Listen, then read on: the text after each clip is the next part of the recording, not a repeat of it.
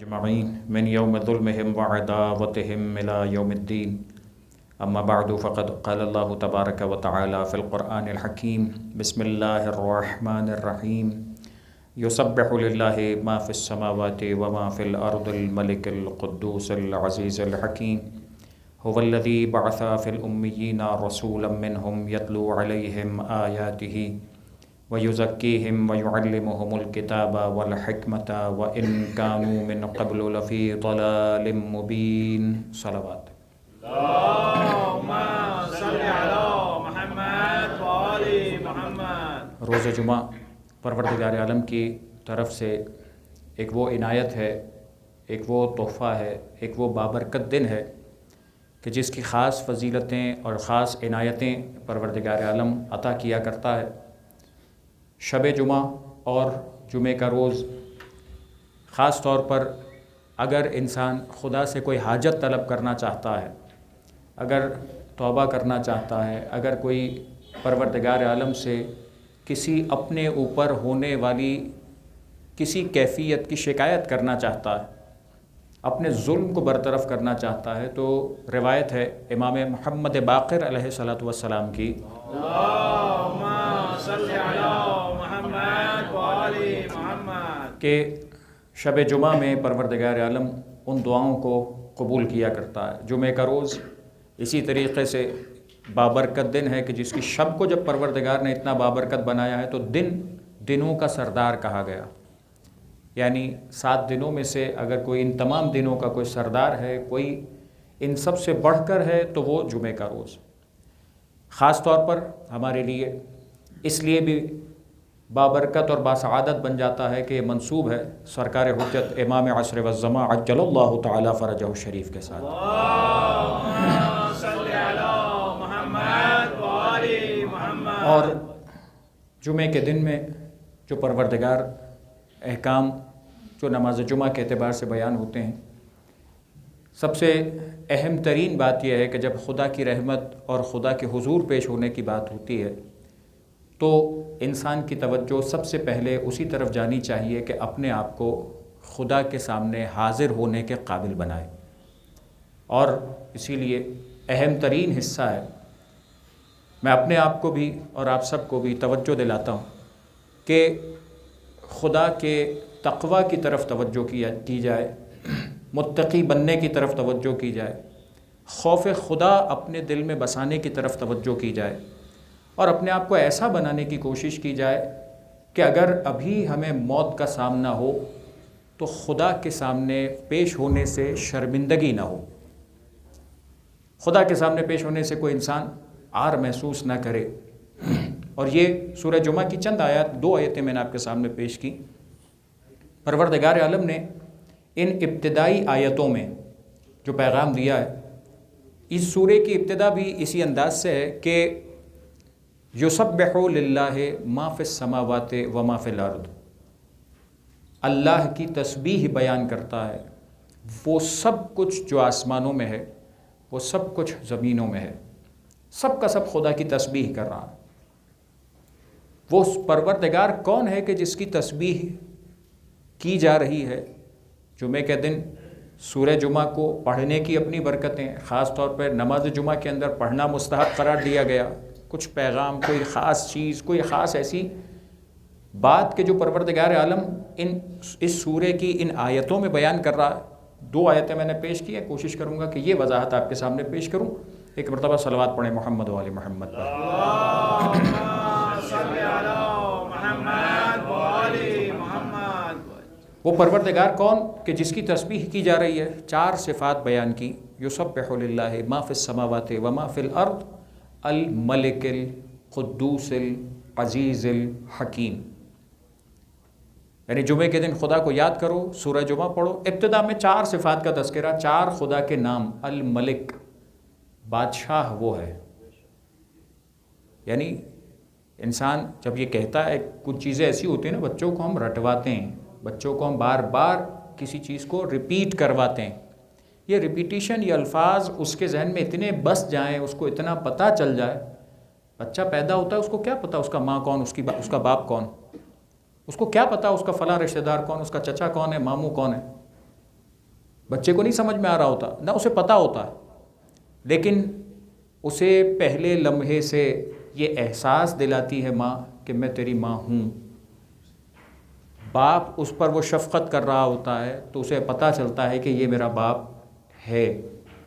رشتہ دار جیسے جیسے اس کے سامنے آتے چلے جاتے ہیں وہ پہچانتا چلا جاتا ہے کہ یہ فلاں رشتہ دار ہے، یہ میرا بھائی ہے، یہ میری بہن ہے، یہ میرا فلاں۔ بار بار بار بار کسی چیز کی تکرار ہوتی ہے، وہ زندگی بھر نہیں بھولتا کہ فلاں رشتہ دار کون ہے، فلاں کون ہے، فلاں کون ہے، فلاں کون ہے، اتنا ریپیٹ ہوتا ہے۔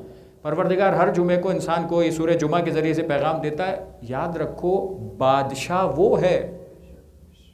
جب بادشاہ وہ ہے، ہر طرح کا ملک، ہر طرح کی ملکیت، ہر طرح کی بادشاہت، ہر طرح کا اختیار جب اس کے پاس ہے تو تم اپنی اس چھوٹی سی زندگی کے اندر، چند معاملات کے اندر، چند چیزوں کے اندر، چند پریشانی کے لمحوں کے اندر، چند مصیبتوں کے اندر جب پریشان ہوتے ہو تو فکر اس بات کی نہ کرو کہ دنیا نے تمہارے ساتھ کیا کیا، توجہ اس بات پہ کرو کہ تمہارا بادشاہ ابھی تک ہے کہ جو تمہیں آس دلا رہا ہے، وہ ہے بادشاہ موجود، الملک القدوس۔ اچھا بادشاہ، ملک کا مطلب آسان الفاظ میں ترجمہ کر رہا ہوں، بادشاہ۔ قدوس، قدوس عربی میں قدوس کا لفظ استعمال ہوتا ہے، اردو میں آسان ترین معنی اس کے کیے جاتے ہیں بے عیب، جس کے اندر کوئی عیب نہیں پایا جاتا، جس کے اندر کوئی کمی نہیں پائی جاتی، وہ قدوس ہے، یعنی بے عیب ہے۔ بے عیب ہے مطلب، یعنی اگر مثال کے طور پہ دنیا کا کوئی بادشاہ ہوتا، دنیا کی کوئی مثال کے طور پہ کسی اتھارٹی کو ہم کچھ سمجھتے ہیں جب، تو ہم ایک لیول پر آ کر یہ محسوس کرتے ہیں کہ یہ کام اس لیول آف اتھارٹی سے باہر ہے۔ مثال کے طور پر آپ کوئی بھی کسی بھی لیول کو فرض کریں، میکسیمم لیول آف اتھارٹی آپ کے ذہن میں جو بھی آ رہا ہے، کوئی کام ضرور ایسا ہوگا جو اس اتھارٹی سے بھی آگے کا ہوگا، اور کچھ کام ایسے ہوں گے اتھارٹی سے آگے کے نہیں ہوں گے، لیکن وہ اتھارٹی آپ کو کر کے نہیں دے گی، اس لیے کہ ہم یہ نہیں کر سکتے، آپ کی خاطر یہ نہیں ہو سکتا، فلاں کام نہیں ہو سکتا، اس لیے کہ ہم یہ اس کو فیس کرنا پڑے گا۔ ہزار بہانے ہوتے ہیں، ہزار باتیں ہوتی ہیں، ہزار کمی ہوتی ہے، نقص ہوتا ہے کہ میرے اندر یہ صلاحیت نہیں، میں نہیں کر سکتا ہوں یہ والا کام۔ خدا وہ ہے جو قدوس ہے، بے عیب ہے، اس میں کسی طرح کا عیب نہیں پایا جاتا، کسی طرح کی کمی نہیں پائی جاتی۔ یہ وہ تسبیحات ہیں جو ہم بار بار یہ لفظ پڑھتے ہیں نا کہ خدا کی جب تسبیح کے الفاظ بیان ہوتے ہیں تو دو لفظ استعمال کیے جاتے ہیں، سبوح قدوس رب الملائکۃ والروح۔ وہ پاکیزہ ہے، ہر چیز سے مبرہ ہے، ہر برائی سے مبرہ ہے، ہر نقص سے، عیب سے پاک ہے، کوئی کمی اس کے اندر نہیں پائی جاتی۔ یعنی دنیا میں کبھی بھی انسان کسی اتھارٹی کے سامنے بے بس نظر آ سکتا ہے، لیکن پروردگار احساس دلاتا ہے کہ تم میرے سامنے جس دن آ گئے، تم میری بارگاہ میں جب آ گئے، تو یاد رکھنا یہاں تمہیں کوئی چیز کبھی یہ محسوس نہیں ہوگا کہ تم میری اتھارٹی سے باہر نکل جاؤ، یا تم یہ سوچو کہ میں خدا سے مانگوں کیسے، یا خدا دے گا نہیں دے گا۔ تم مانگو، تمہارا کام ہے مانگنا، تم مانگو، تمہیں کہا گیا ہے کہ مانگو، حتیٰ کتنا مانگنے کا کہا گیا۔ حدیث کا جملہ ہے دعا، ہم دعا کے بارے میں بہت ساری حدیث سے سنتے ہیں، ایک جملہ اور سنیے، فرمایا یہ گیا کہ تم دعا مانگو خدا سے۔ اگر ہم اور آپ آج تک جتنی سنی، ہم دعا مانگتے کیا؟ پیسہ نہیں ہے، پروردگار پیسہ دے، کاروبار صحیح نہیں چل رہا، پروردگار کاروبار صحیح چلا دے، صحت صحیح نہیں ہو رہی، طاقت نہیں آ رہی، پروردگار طاقت دے دے، صحت نہیں ہے، پروردگار یہ دے دے، گھر تھوڑا چھوٹا پڑ رہا، پروردگار اچھا گھر دے دے، گاڑی مزہ نہیں آ رہا، دوسری گاڑی دے دے، فلاں کام یہ دے دے۔ کبھی یہ سوچا ہے پروردگار کھانا دے دے، پروردگار ہاتھ صحیح چلاتا رہے، پروردگار ہمیں زندہ رکھ، پروردگار میرا یہ فلاں سا بٹن انسان کا کھلا ہوتا ہے، بٹن بند ہو جائے، کبھی یہ سوچا ہے؟ سوچ بھی نہیں سکتا انسان۔ اور بالکل کم ترین مثال دوں، جوتے کی لیس، اب تو لوگ کم ایسے جوتے پہنتے ہیں جس میں لیس ہو، لیکن یہ بہت کامن ایگزامپل ہے، حدیث میں آئی ہے اس لیے میں ایگزامپل دے رہا ہوں ان پرانی ایگزامپلس کے بعد، جوتے کی لیس بند کرنے کے اندر کبھی انسان نے سوچا اس میں بھی خدا نہ چاہے تو نہیں ہو کہ لیس میں بند کرنا چاہوں نہیں ہوگی، بند ہی نہیں ہوگی لیس، کبھی سوچ ہی نہیں سکتا، اس کے لیے بھی دعا مانگنی ہے۔ حدیث کا جملہ ہے کہ اگر اس جوتے کے تسمے کے لیے، لیس کے لیے، اس لیے کہ پہلے زمانے کے جو چپل ہوتے تھے، جوتے ہوتے تھے، وہ کیا ہوتے تھے؟ چمڑے کے اوپر وہ رسی باندھی جاتی تھی جس کو وہی لیس کہتے ہیں۔ حدیث کا جملہ ہے اس کے لیے بھی تم خدا سے دعا مانگو، شرم نہیں کرو، یہ مت سوچو کہ تمہارے اختیار میں ہے، یہ مت سوچو یہ تو میں آرام سے کر لوں گا، اس میں کیا ہو گیا، یہ تو ہے ہی میرے پاس، اتنی تو طاقت ہے میرے پاس، یہ تو میں کر ہی لوں گا۔ نہیں، اس کے لیے بھی خدا سے دعا مانگو، اس لیے، اچھا وجہ سمجھائی حدیث کے اندر، اس لیے کہ اگر خدا نہ چاہے تو تم اتنی لیس بھی نہیں باندھ سکتے۔ یعنی خدا احساس دلاتا ہے، جمعے کا دن ہے، خدا کی بادشاہت کو تسلیم کرو، خدا کی بے عیبی کا اعلان کرو کہ خدا بے عیب ہے، جس کو میں خدا مانتا ہوں، جس کو میں رب مانتا ہوں، وہ بے عیب ہے، ہر نقص سے مبرہ، قدوس الملک القدوس العزیز۔ عزیز کس کو کہتے ہیں؟ عزیز کہتے ہیں غالب کو، جو ہر ایک پہ غلبہ رکھتا ہے۔ غلبہ اردو کا لفظ ہے لیکن اور آسان کروں، غلبہ کہتے ہیں کہ فرض کر لیں بچے ہیں، بڑے ہیں، اس محفل میں آنے والے سب ہیں، کچھ ایسے ہوں گے کہ جن کی بزرگی کی وجہ سے، جن کی عزت کی وجہ سے، اگر کوئی چھوٹا مثال کے طور پہ کوئی بات کرے گا تو بڑا مثال کے طور پہ کوئی بزرگ ہے، وہ اگر کوئی بات کہہ دے، چھوٹا بات کہے گا ہو سکتا ہے اگنور کر دی جائے، بڑا بات کہتا ہے پھر نہیں اٹھتی، یعنی اس کا تھوڑا سا غلبہ دوسروں پر ہے، اس لیے کہ اس کی بزرگی کے احترام میں دوسرا منع نہیں کرے گا۔ چھوٹا کہے گا تو ہو سکتا ہے اگنور ہو جائے، بڑا کہے گا تو نہیں اگنور ہوگا، کیوں؟ اس لیے کہ بزرگی کا احترام ہے۔ یہ تو ایک بہت چھوٹی سی مثال دی میں نے آپ کو۔ اچھا، اس غلبے کی مثالیں اور بھی، جو میں نے اتھارٹی کی بات سمجھ میں آتی ہے، جیسے جیسے اتھارٹیز، جیسے جیسے طاقتیں، جیسے جیسے بڑھتا چلا جاتا ہے، اب مثال کے طور پہ آپ کیا کر سکتے ہیں، آپ سے بڑا وہ کیا کر سکتا ہے، اس سے بڑا وہ کیا کر سکتا ہے، اس سے بڑا وہ کیا کر سکتا ہے۔ آپ اتھارٹیز فرض کرتے چلے جائیں، کون سب سے زیادہ غالب ہے؟ یعنی اگر مثال کے طور پہ اختلاف ہو جائے، یہ کہے مجھے یہ کرنا ہے، وہ کہے مجھے یہ کرنا ہے، کس کی چلے گی؟ کسی نہ کسی تو ایک کی چلے گی نا، جس کی چلے گی وہ کیا ہوگا؟ وہ غالب کہلائے گا۔ اس کی چل گئی، دونوں اتھارٹیز کی لڑائی ہو رہی تھی، اس کی چل گئی، اس کی نہیں چلی، یعنی یہ زیادہ بھاری ہے۔ ہم لفظ استعمال کرتے ہیں نا، بھاری کا لفظ اردو کے اندر استعمال ہوتا ہے۔ غالب کون ہے؟ جو چھوٹی چھوٹی چیزوں میں نہیں، ہر چیز پر، پوری قدرت کے اندر، پوری انسانیت کہہ لیں، جن کہہ لیں، مخلوقات کہہ لیں، کائنات کہہ لیں، عالمین کہہ لیں، سب عالمین پہ سب سے زیادہ غالب کون ہے؟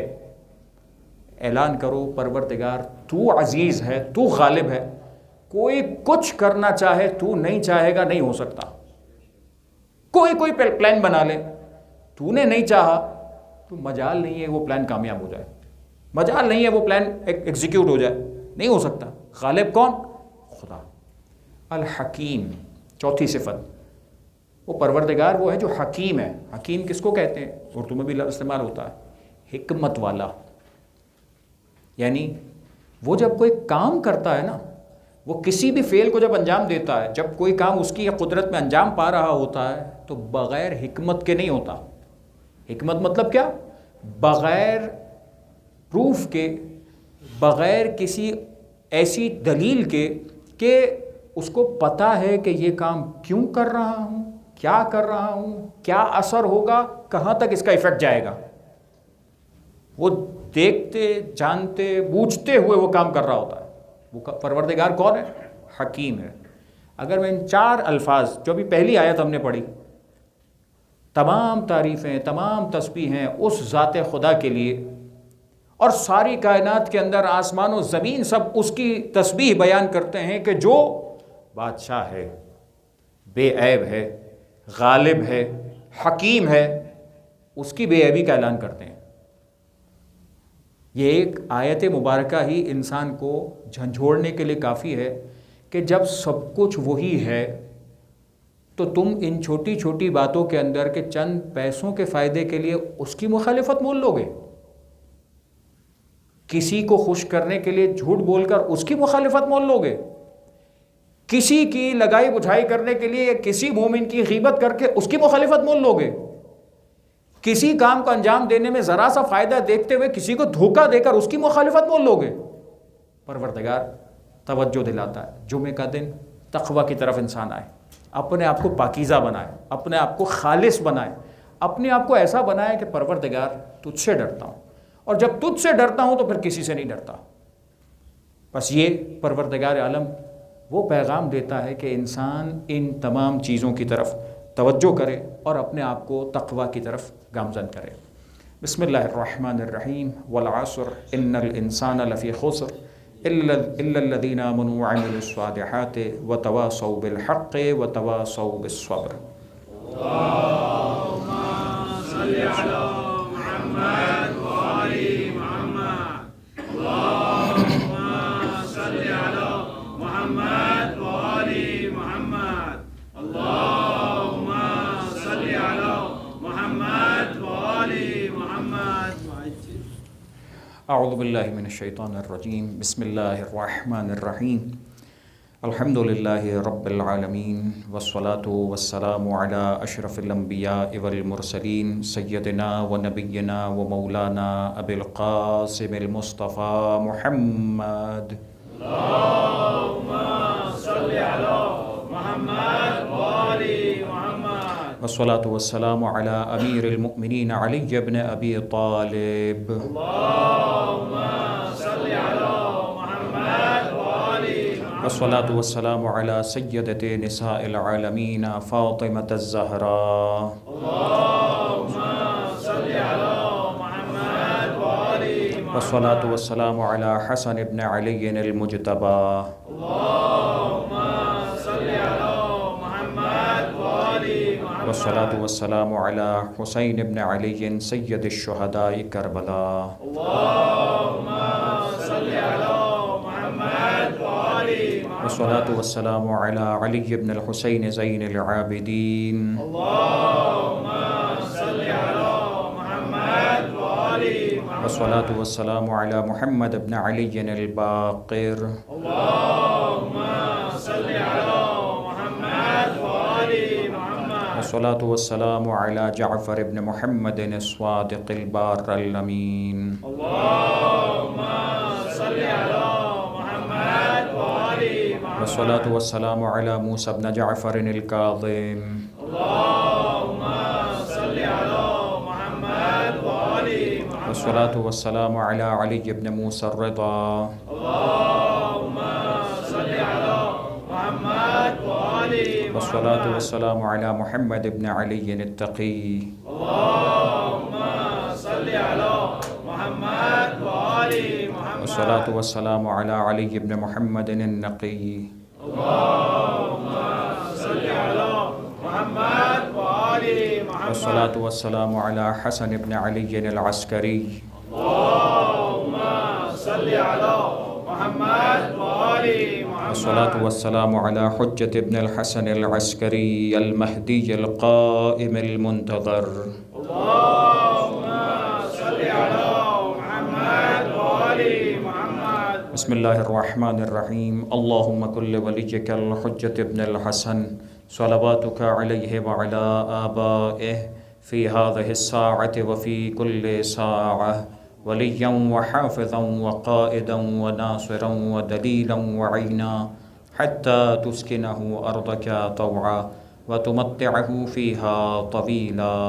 اللهم صل على محمد وآل محمد، واللعنة الدائمة على أعدائهم أجمعين من يوم ظلمهم وعداوتهم إلى يوم الدين، أما بعد فقد قال الله تبارك وتعالى في القرآن الحكيم، بسم الله الرحمن الرحيم، هو الذي بعث في الأميين رسولا منهم يتلو عليهم آياته ويزكيهم ويعلمهم الكتاب والحكمة وإن كانوا من قبل لفي ضلال مبين۔ صلوات۔ اللهم صل على محمد وآل محمد، خالق کائنات نے وہ عظیم تحفے ہمیں عطا کیے، وہ عظیم دین ہمیں عطا کیا، وہ عظیم کتاب ہمیں عطا کی کہ جس کے اوپر عمل کرتے ہوئے، جسے مانتے ہوئے ہمیں فخر ہے اس دنیا میں، جس پر عمل کرنے پر ہمیں ناز ہے اور ایمان ہے کہ اگر اسی پر عمل کرتے رہے تو پروردگار اس دنیا میں بھی کامیاب کرتا ہے اور آخرت میں بھی بہترین رتبے اور مقام عطا کرے گا۔ بس عزیزان گرامی، جو پروردگار ہمیں اس بات کی طرف توجہ دلاتا ہے کہ وہ پروردگار اتنا عظیم ہے، اس کے بھیجے گئے نمائندے بھی اتنے ہی عظیم ہیں اور اتنے ہی بابرکت اور پاکیزہ لوگ ہیں کہ جن پاکیزہ اور بابرکت لوگوں کا نام خدا نے ایسا وسیلہ قرار دیا کہ اگر حضرت آدم علیہ السلام جب خدا سے اپنی توبہ اور دعا کرنے لگے تو پروردگار عالم نے آسمان سے یہ پیغام بھیجا، فرشتے نے جا کر پیغام دیا کہ اس طریقے سے جا کر دعا کیجئے تو آپ کی یہ توبہ، یہ دعا قبول ہوگی۔ روایت کہتی ہے، تاریخ کہتی ہے کہ حضرت آدم علیہ السلام نے اس دعا کے لیے، اس توبہ کے لیے 300 برس گریہ کیا تھا، 300 برس گریہ کیا بعض روایتیں، اور پھر یہ اسماء سکھائے گئے، یہ نام سکھائے گئے، یہ ان ناموں کی تعلیم دہرائی گئی کہ فرمایا گیا اس طریقے سے دعا مانگو، پروردگار عالم تمہاری اس دعا کو قبول کرے گا۔ اور وہ دعا کیا تھی، وہ نام کیا تھے؟ اللہم بحق محمد وانت المحمود وبحق علی وانت الاعلی وبحق فاطمۃ وانت فاطر السماوات والارض وبحق الحسن وانت المحسن وبحق الحسین وانت قدیم الاحسان۔ پروردگار ان پنجتن کا واسطہ میری دعا کو قبول کر لے۔ بس ان اسماء کا واسطہ دینا تھا کہ خدا نے حضرت آدم علیہ السلام کی دعا کو قبول فرمایا۔ عزیزان گرامی، یہ وہ ہستیاں ہیں کہ جن کے طفیل خالق کائنات ہم بار بار حدیث کسا کی تلاوت کر کے اس بات کی طرف توجہ رکھتے بھی ہیں اور اعلان بھی کرتے ہیں کہ خالق وہ ہے کہ جس نے ان ہستیوں کو وہ مرتبہ عطا کیا، انی ما خلقت سماء مبنیہ ولا ارضا مدحیہ ولا قمرا منیرا ولا شمسا مضیہ ولا فلکا یدور ولا بحرا یجری ولا فلکا یسری الا فی محبت ہؤلاء الخمسۃ الذین هم تحت الکساء۔ میں نے یہ ساری کائنات نہیں بنائی، سورج نہیں بنایا، چاند نہیں بنایا، کائنات نہیں بنائی، کشتیاں نہیں بنائی، پانی نہیں جاری کیا، یہ سب کا سب صرف اس لیے ہے کہ ان 5 کی محبت میں کائنات بنی بھی ہے، ان 5 ہی کی محبت میں کائنات چل بھی رہی ہے۔ بس جب انسان کسی نعمت کا سوال کرنا چاہتا ہے، کسی دعا کا سوال کرنا چاہتا ہے تو اس کی ذمہ داری یہ بنتی ہے کہ جیسے حضرت آدم علیہ السلام کو سکھایا گیا کہ دعا قبول کروانی ہے تو پنجتن کا وسیلہ اپناؤ۔ دعا قبول کروانے کے لیے یہی پنجتن کا وسیلہ ہے جو پروردگار قبول کیا کرتا ہے، یہی معصومین کا وسیلہ ہے جو پروردگار قبول کیا کرتا ہے کہ جن کے وسیلے سے دنیا کی نعمتیں بھی عطا ہوتی ہیں، آخرت کی نعمتیں بھی عطا ہوتی ہیں۔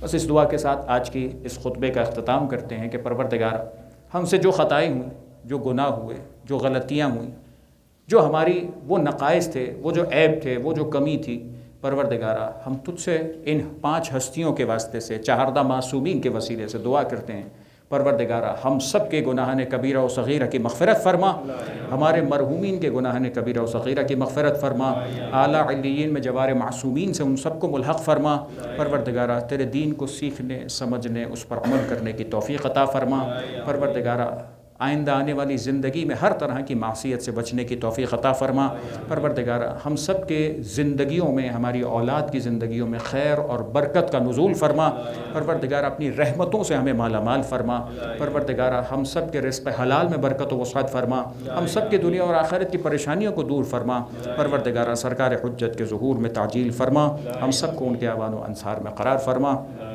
بسم اللہ الرحمن الرحیم۔ اذا جاء نصر اللہ والفتح ورأيت الناس يدخلون في دين الله أفواجا فسبح بحمد ربك واستغفره إنه كان توابا۔ اللهم صل على